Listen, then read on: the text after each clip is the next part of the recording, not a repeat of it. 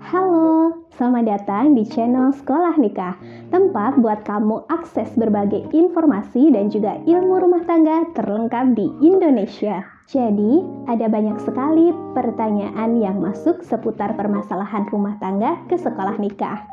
Nah, di sesi Q&A kali ini, permasalahan itu akan dijawab oleh Pak Cahyadi Takaryawan selaku konselor berpengalaman lebih dari 20 tahun. Oke, pertanyaannya.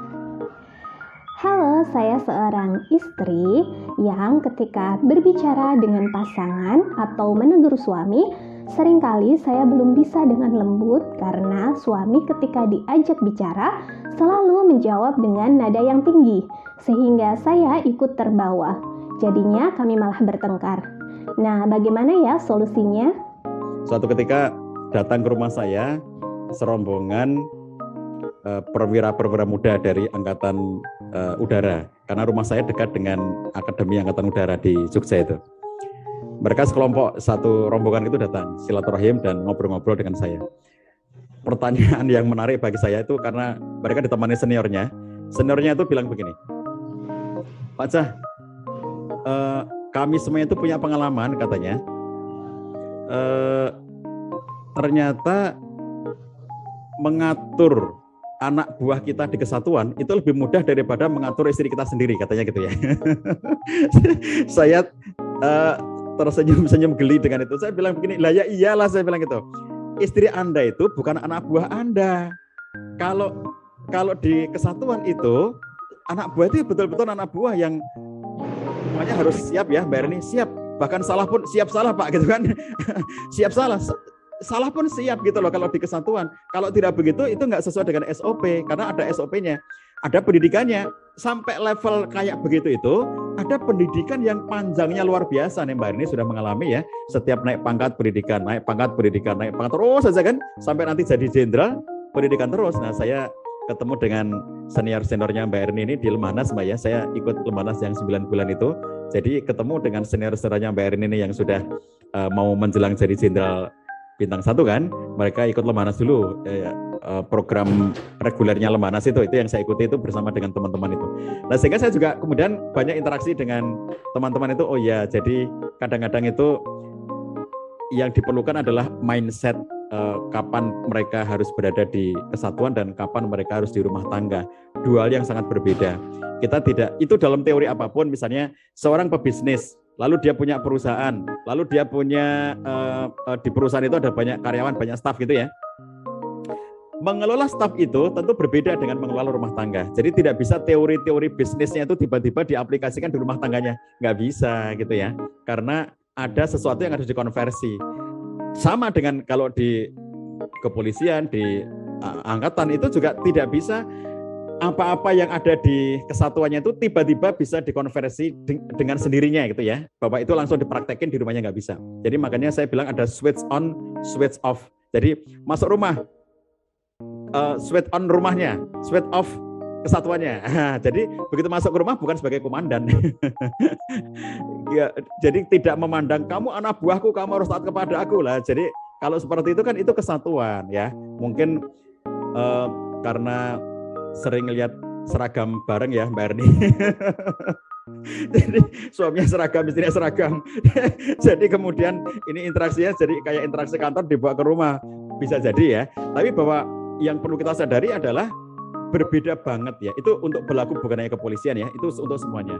Saya belum lama ketemu dengan sepasang suami istri, di mana mereka ketemunya itu karena sang suami ini direkrut untuk menjadi staf di bisnis yang dibuat oleh sang istri sebelum dia nikah. Jadi si ini perempuan belum nikah, dia bangun bisnis besar, lalu kemudian dia merekrut orang, salah satunya itu adalah teman ini ya, si laki-laki itu. Lalu dalam interaksinya mereka sebagai teman sama-sama bekerja di situ, tapi yang perempuan yang sebagai bos, pemilik, owner, dia pemodal, lalu ini sebagai salah satu pegawai di situ. Itu saling senang dan akhirnya menikah. Nah, waktu menikah itu kan si istri ini tetap saja kan dia sebagai owner, dia sebagai direktur utamanya. Dan sang suami ini karena memang dia dulu kerja di situ tuh karena keahliannya di bidang marketing, maka dia tetap sebagai bagian marketing. Jadi istrinya sebagai direktur utama, suaminya sebagai ketua bidang marketing. Jadi di bawahannya istri. Jadi kalau di tempat kerja, suami itu bawahannya istri gitu ya, karena ini bosnya. Tapi begitu sampai di rumah kan harus berbeda tuh suasananya. Nah, ternyata suasana switch on switch off-nya itu tidak gampang. Jadi ada situasi di mana kacau-kacau gitu ya. Misalnya suasana rumah kebawa ke kantor dan suasana kantor kebawa ke rumah gitu. Jadi saya bilang sama mereka, ini harus tepat-tepat amat di dalam upaya untuk meletakkan diri supaya kemudian kita tidak bingung ini suasana kantor atau suasana rumah. Itu nomor satu. Nomor duanya yang terkait dengan aspek-aspek yang sifatnya pribadi adalah yang sering kita sebut sebagai pengendalian impuls dan regulasi emosi. Jadi hal yang diperlukan oleh kita itu adalah melakukan proses regulasi emosi. Regulasi emosi itu sebetulnya bukan berarti nggak boleh marah ya, tetapi kemudian kita meregulasi supaya kemarahannya tersalurkan dengan cara yang baik. Demikian pula pengendalian impuls, bukan berarti nggak boleh ada impuls, tapi babnya adalah bagaimana caranya agar impulsnya itu bisa dikendalikan gitu. Jadi mengendalikan impuls. Jadi keinginan-keinginan kita bukan berarti orang nggak boleh keinginan, ya, nggak boleh punya keinginan, bukan berarti begitu. Tapi kita bisa menempatkan. Contohnya misalnya gini, istri capek, suami capek, pulang kerja. Terus kemudian kata suaminya, "Dek, aku minta dibuatin teh panas." Misalnya contoh aja ya gitu ya. Lalu kata istri, "Aku capek bang," gitu. Lalu emosi. Itu artinya apa? Tidak punya kemampuan pengendalian impuls bahwa kalau mau teh panas sekarang harus sekarang. Kalau pengen kopi sekarang harus sekarang. Kalau pengen dilayani sekarang harus sekarang. Itu namanya ketidakmampuan untuk pengendalian impuls. Ini yang menyebabkan kadang-kadang muncul suasana intensitas tinggi ya. Jadi istilah balon udara itu, manusia itu ada kemiripannya dengan balon udara itu. Apa itu? Balon udara itu adalah tekanan ya. Kenapa balon udara? Bukan balon udara, balon pesta lebih tepatnya. Balon yang menggelembung untuk pesta yang kemudian bisa naik ke atas pakai tali yang dipegang anak-anak itu ya.